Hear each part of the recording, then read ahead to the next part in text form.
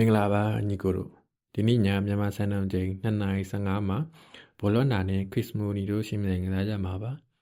ဘောလုံးနာရဲ့ဒီယာဒီအိမ်ကွင်းစမ်းဆောင်ရေးကကောင်းမှုနေပြီးအိမ်ကွင်း၅ဘက်မှာလည်းတကူးသာပြီးခဲ့ရလို့ခန်းစစ်ပိုင်းနဲ့တည်ငြိမ်နေပါတယ်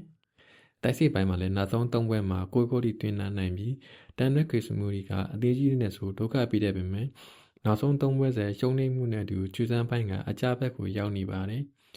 ခရစ်မိုနီစီကကိုသိန်းချေရှိပေမဲ့စီးဒီရဲ့ဒီနေ့အိမ်ဝင်ခန်းစစ်အကောင်ဆုံးဘောလုံးနာရဲ့ခန်းစစ်ကိုထိုးဖောက်ဖို့ခက်ခဲနိုင်ပါတယ်။ဘောလုံးနာကနာပိုလီလိုအသင်းကိုတောင်အိမ်ကွင်းမှာ2 ဂိုးပြည့်နဲ့နိုင်ခဲ့တာကြောင့်ဒီပွဲမှာတန်တဲခရစ်မိုဒီကိုအခက်အခဲမရှိနိုင်ပါတယ်။ကြီးနီထားရကလည်းဘောလုံးနာကဘော်ဒီ1ပေါင်1.20ပေးထားပြီး9ပေါင်